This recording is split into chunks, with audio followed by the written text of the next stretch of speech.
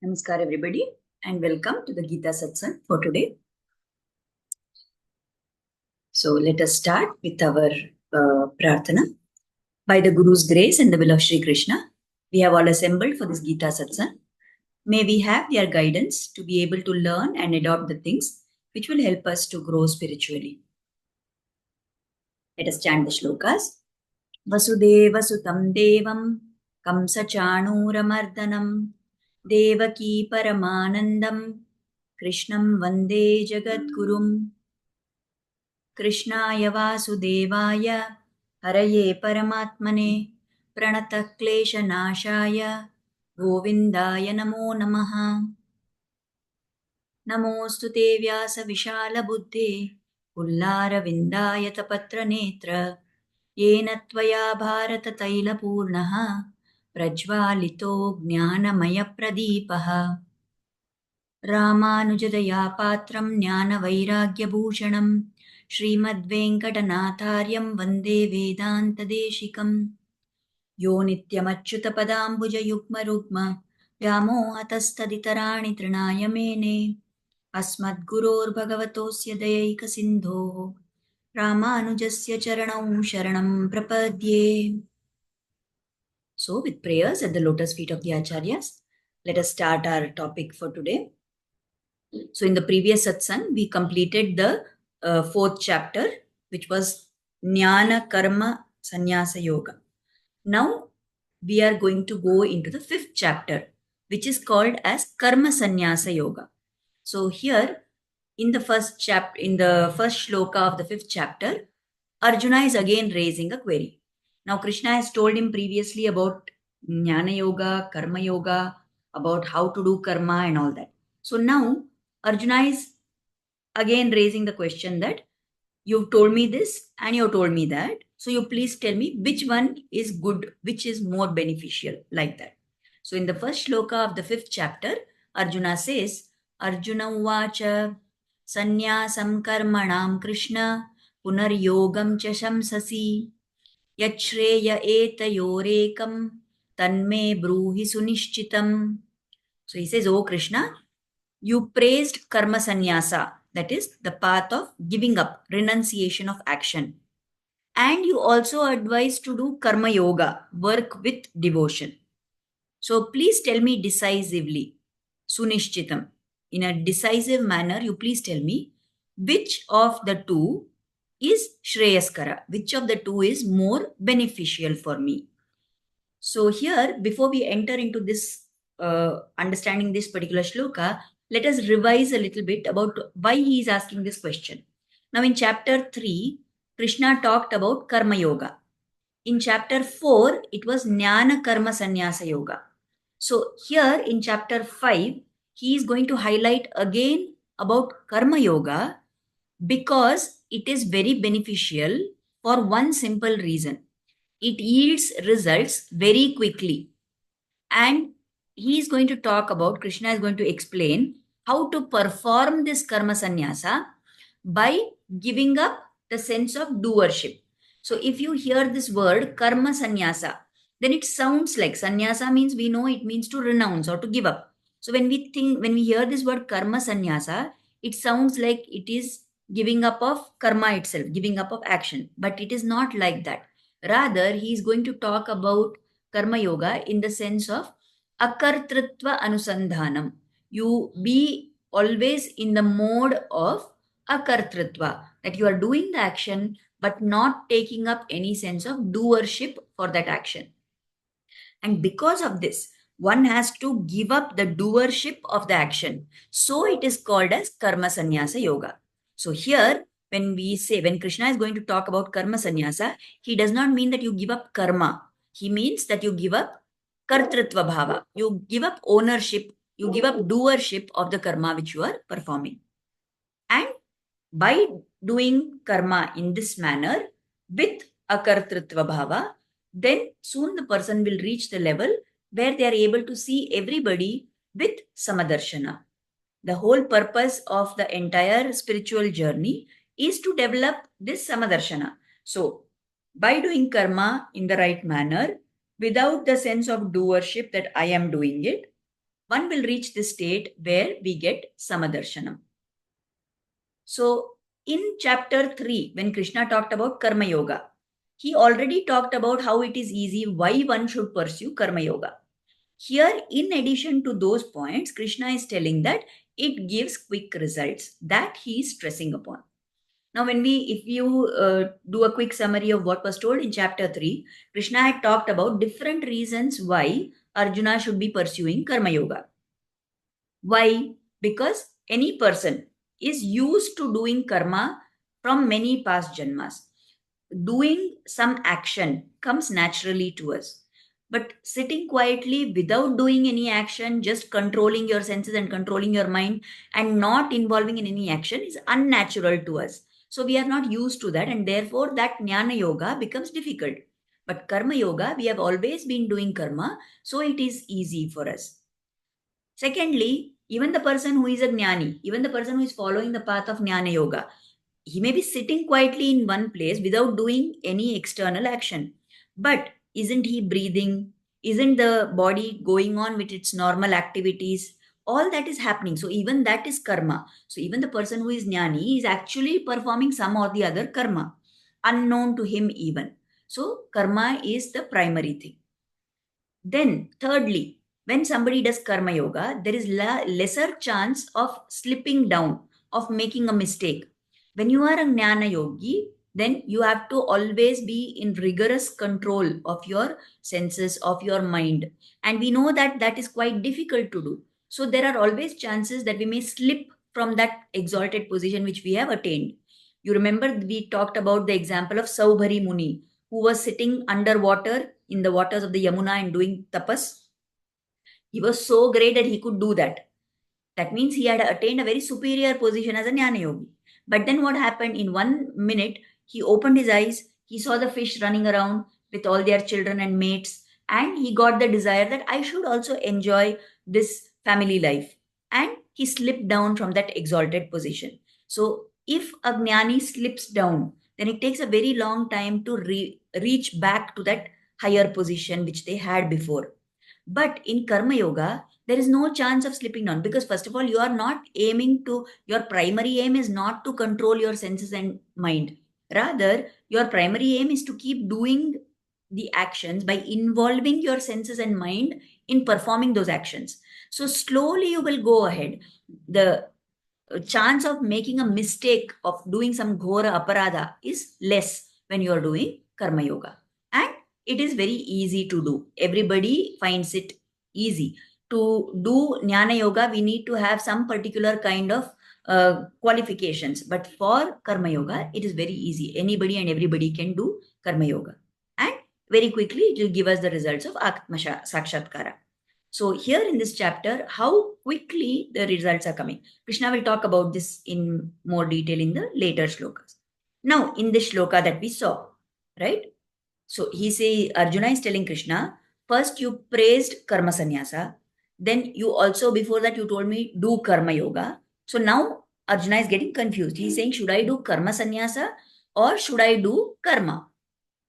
Now, here in the question of Arjuna, when Arjuna is saying karma sannyasa, it means giving up action. That means giving up action means what? Doing what instead? Instead of doing karma, following the path of jnana yoga.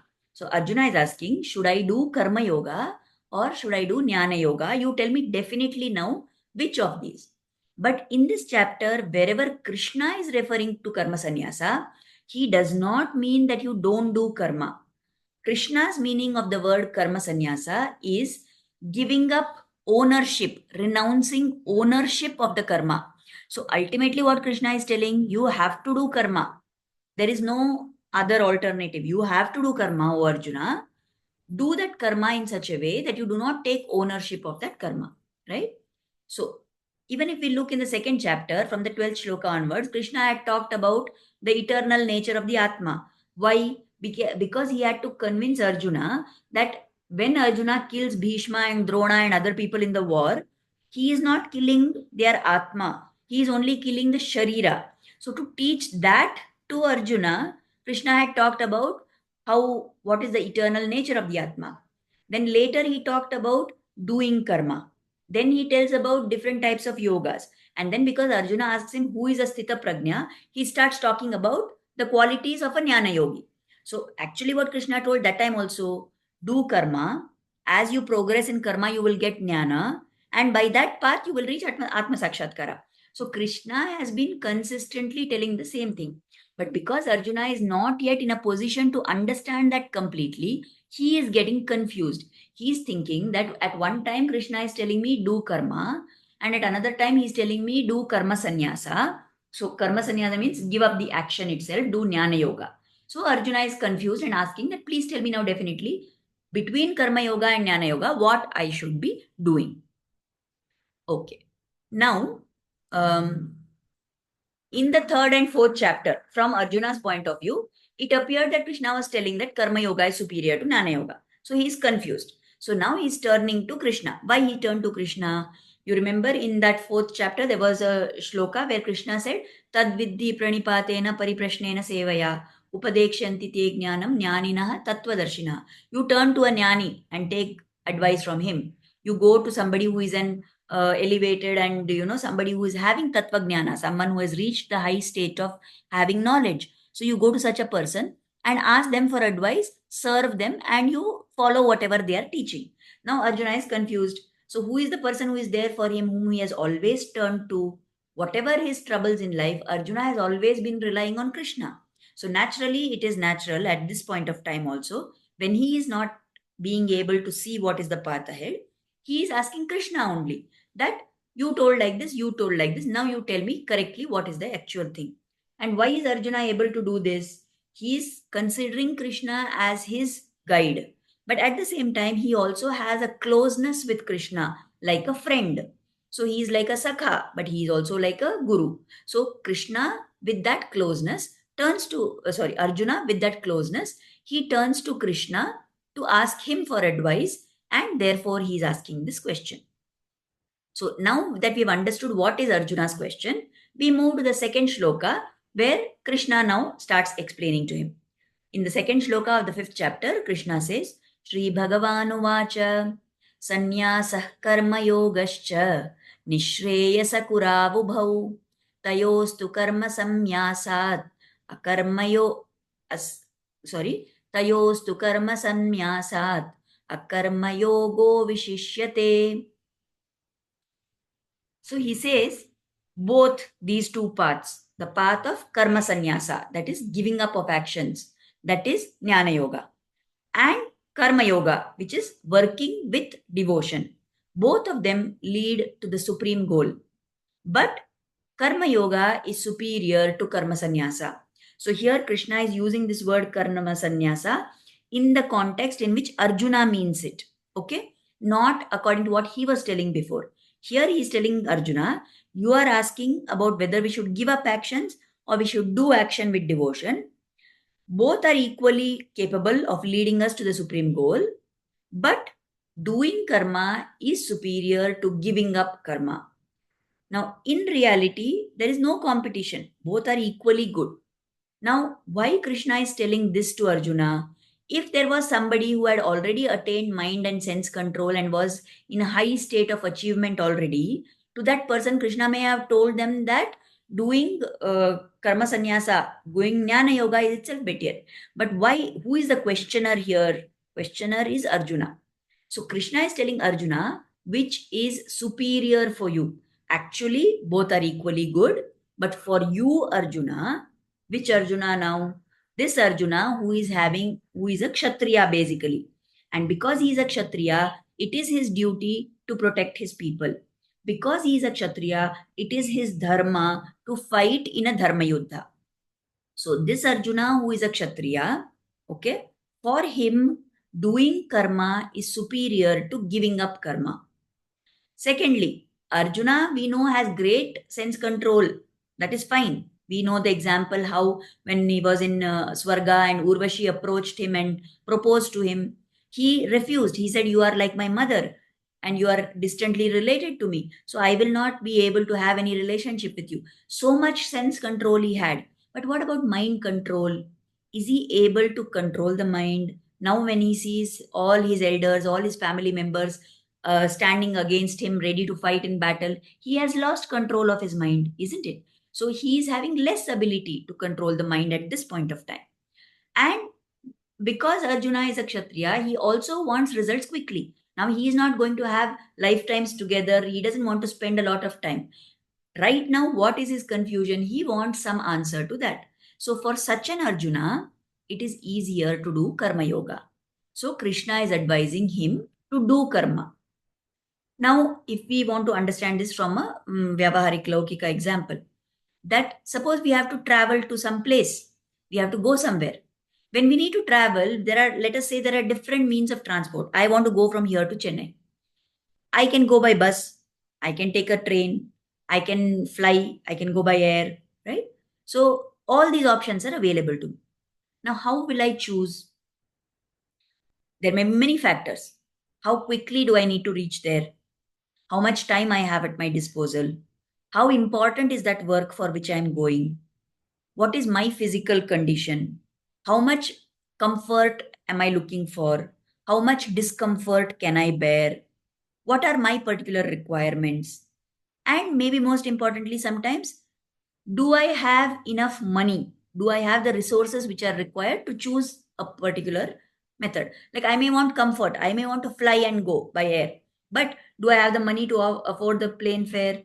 That will be my deciding factor. So, like this, there can be many factors, but how I will choose finally, based on what is my present situation, what is my capability for affording a particular method, I will choose that method. Similarly, for Arjuna, he has both paths open to him. But why Krishna is telling him that don't give up karma, instead you do karma? Why is Krishna telling him that? Because of the unique position in which Arjuna is placed. Now both are equal. By doing both, we can get Atma Sakshatkara. But Jnana Yoga requires some special adhikara. There are special capabilities that somebody needs to have. You should be having utmost concentration, the ability to focus the mind on only the Lord, nothing else. No other thought should come, no other distraction should be there. And no doshas should be there in the person. They should not have any swabhav doshas. They should not have their mind and senses running here and there. Everything should be within their control, right? So these are the special capabilities, the special adhikaras which are required for somebody to do Jnana Yoga. But for Karma Yoga, there is no such special adhikara which is required. So what it means, somebody who does not have the adhikara to do Jnana Yoga, still he will have capability to do Karma Yoga. Now, let us assume that there is somebody who himself is capable of doing Jnana Yoga. Like we already said that Arjuna basically is a very sattvic person. He is having sense control. So maybe we will think that he is able to do Jnana Yoga. If he had to put in little effort, he would succeed in Jnana Yoga also. But the next question to be considered, even if somebody is having capacity to do Jnana Yoga, the important question to be asked is he in a position where others are going to follow him? And what is the capability level of those followers? So you remember that place where Krishna told in the previous chapters about Loka Sangraha, somebody who is in a position of authority, somebody who is a leader, even if he is capable of taking a difficult path, but if there are people who are following him and those people don't have the capacity to take that difficult path, then he should go by the easy path only. Because now Arjuna is capable, maybe he can try to follow Jnana Yoga. But because he is a ruler, he is a leader, he is the Raja, everybody is going to follow what Arjuna did. Now, all those people who are going to follow Arjuna, they are not going to have Arjuna's capacity, his abilities, isn't it? So then they will try Jnana Yoga and they will fail miserably. Then what will happen? Arjuna may get Atma Sakshatkara, but others will not get it because they have failed in that path of Jnana Yoga. Now, Karma Yoga is very, very easy for Arjuna. So he will definitely get Atma Sakshatkara. What about the people who are following? For them also, Karma Yoga is easy. So they also are more likely, the probability of getting Atma Sakshatkara is greater for them also. So if he is having this thing in front of him, he should decide based on his position. Because Arjuna is in a position where Loka Sangraha is important, where leading people is important. So, although he may be capable of doing Jnana Yoga, he should not pursue that. Instead, he should decide to do Karma Yoga only. That is why Krishna is stressing and telling him that for you, Karma Yoga is superior to Jnana Yoga. In the third shloka, now Krishna continues ahead. He says, Neyasa nitya sannyasi yo na dveshti na kankshati nirdvandvo hi mahabaho sukham bandhat pramuchyate. So he says, somebody is calling them as nitya sannyasi. He's saying the karma yogis who have neither dvesha nor hatred. So neither dvesha nor any desire. They have no desire for anything. They don't have hatred for anything. These karma yogis are considered always as sannyasi, free from all these dualities, free from all the dvandvas. These great people can be easily liberated from the bonds of material energy. What are these bonds of material energy? They are the forces of samsara, which are keeping us bound up here. And why we are being bound by these material energy forces? Because we are not able to give up the dvandvas.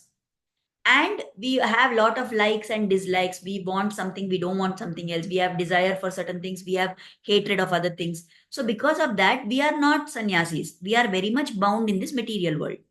But if there is somebody who keeps doing karma with the right spirit, such a person gradually reaches a state where they become free from all the dvandvas. Now, when they are free from dvandva, then they reach the higher state, and then they are also considered as sannyasi. They are doing karma, they are doing all the actions, but it is considered as if they are the renunciates. Okay. Now, this happens only when somebody reaches that high stage, that you don't have desire, you don't have hatred for anyone.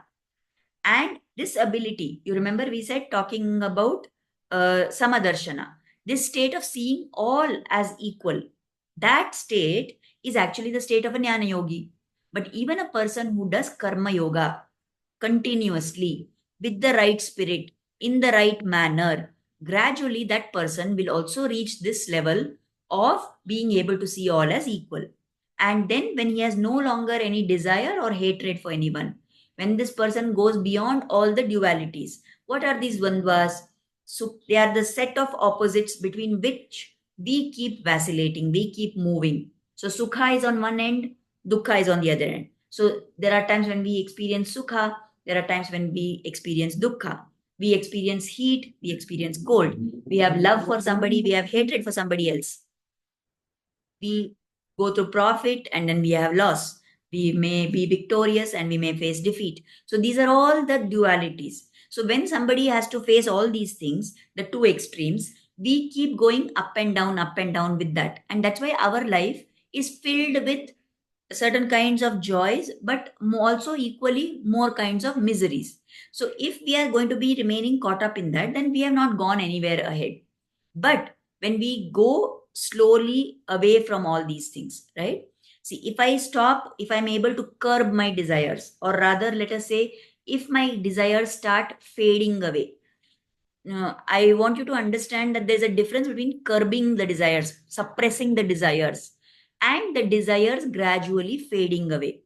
When I want to actively suppress my desires, what I'm doing, I'm putting effort there, I'm focusing on the desire, and I'm saying that I want to suppress it. I want to not give in to the desire. That is one way in which I can go ahead. But the other way is that I don't focus on giving up the desire. Instead, I substitute that object of the desire. You remember we talked about how all our senses are always running behind things to be enjoyed in this world.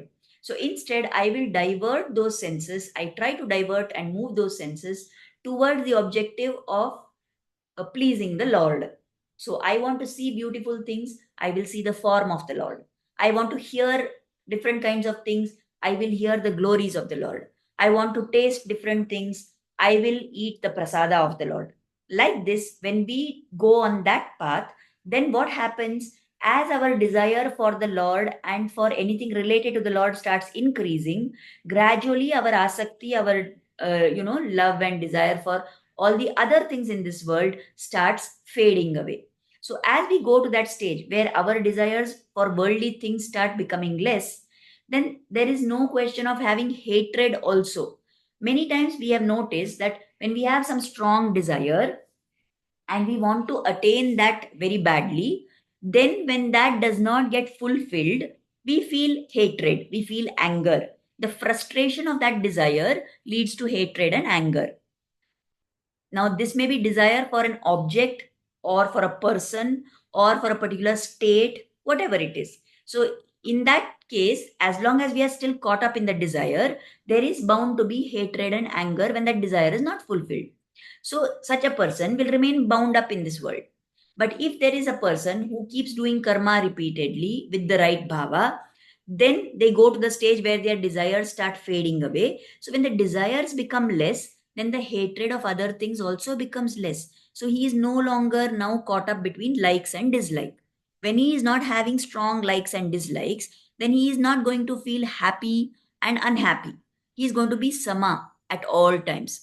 He is not going to feel love for somebody, hatred for somebody. He will not say that, oh, this was very good for me. I gained a lot from this. Nor he will cry and say, oh, I have lost. I have been defeated and like that. So he is going to gradually start going beyond the dualities. Now, the minute somebody goes beyond the dualities, we say he is no longer bound by the material energy of the world.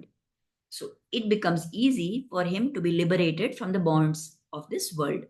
So both now we need to understand that this getting bound in material energy, as long as one is having a physical sharira and living in this world, the jnana yogi also gets bound. The karma yogi also gets bound. But what happens, as we already said, for the jnana yogi, it's always a struggle. The natural tendency of the mind and senses is to run here and there. And he is trying to pull them back and suppress those desires. But for the karma yogi, he is not trying to suppress. He is just trying to do all those mind and senses. He is trying to engage them in the Lord. So for the karma yogi, getting liberated is easier as compared to the jnana yogi. And we already said, somebody is a jnana yogi. When he slips down from that position, it is very difficult for him to go back again. But for the karma yogi, there is no just such question of slipping down. Maybe progress will be a little slow initially, but it is much easier for him to get mukti rather than for the jnana yogi. So as the karma yogi becomes more and more purified, he keeps performing karma yoga. Then what will happen? He starts getting purified. As he becomes purified, he will soon reach to the level of the jnana yogi. But for the jnana yogi, they may or may not be karma yogis. They may or may not be capable of doing actions in the right manner. So this is why Krishna is telling Arjuna that for you, O Arjuna, you are in a situation where you need to do loka sangraha, and you are in a situation where people are going to follow you. For you, doing karma yoga is better than jnana yoga. So what do we understand? What is important for us from all this? Now, we know that both karma yoga and jnana yoga can give us the goal, but it is easier for us to do karma yoga. And further, Krishna is going to explain the remaining shlokas how karma yoga gives fast results. Now, what we can take from here, that point about going beyond the dvandvas. So let us make conscious effort to overcome these likes and dislikes. Then we can go beyond dualities. Now we can start small sacrifices. Always we are used to being in our comfort zone. So as we start to move out of that, slowly we try to build up our ability to let go of things. As we start doing that, it will be possible for us to change our focus. Then we are not going to be caught up in our own likes and dislikes. Like for example, some event happens. I had planned for something to go a particular way. And if anything happens to upset that plan, like something happens where things don't go as per my plan, maybe somebody else proposes idea or somebody else comes and takes over, or there are situations which go beyond my control, then mostly we react by feeling anger, or we react by getting upset that why this is happening like this, and we try to again bring things back to our way. But suppose we start making an effort that, okay, I will accept this as God's will. Fine, my plan did not work out. Now that this has happened, now that the situation has changed, let me accept it as God's will. Let me see how best I can go about in this. What would Krishna feel happy about if I did in this situation? What is expected of me as a sadhaka? How should I look at this situation?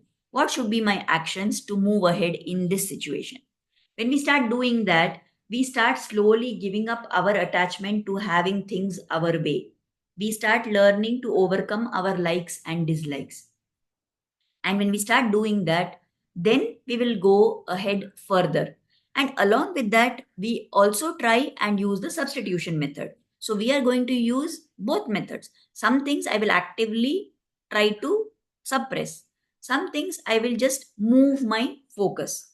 Like, for example, if I like eating spicy food, which is, from outside, which has been cooked by somebody else, which is not offered to God. Now, what I can do, there are two things I can do here. One is I can cut down the number of times that I eat such food. And that means that I'm making a sacrifice. I like it, but I'm giving it up. I'm saying, okay, previously I was eating 4 days in a week. I used to eat outside food. Now I'm going to start slowly coming to 3 days in a week. Then I will make it just 2 days. And then I will completely stop eating outside food. Along with that, what is the other option that I have? That I start offering whatever food I am preparing at home. I offer it to the Lord, and I start consuming that as prasada. So when I start doing this, what is going to happen? When I'm praying, offering it to the Lord and praying for His energy to be in it, then that energy in that prasada, when I consume it, it starts purifying me. So it becomes easier for me then to go ahead and make more sacrifices. So, like this, we must try to practically apply whatever we are learning in this satsang. We must try to practically apply that in our life. We need to constantly be thinking about what is it that I learned in the satsang that I can start adopting in my life.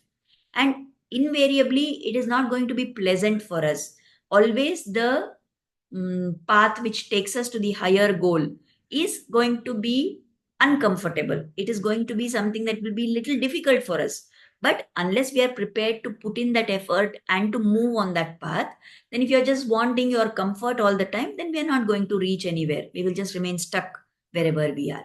So we need to be aware of this and follow all these methods. So we have reached the end of our time for today. So let us offer Kritagnyata, and next week we will continue with our satsang as usual. Let us offer gratitude at the lotus feet of Sri Krishna and Guru for inspiring us to start and join this satsang. And let us pray for their blessings and grace to always be on us. Thank you, everybody. Namaskar. And we will meet again next Thursday as usual for the satsang.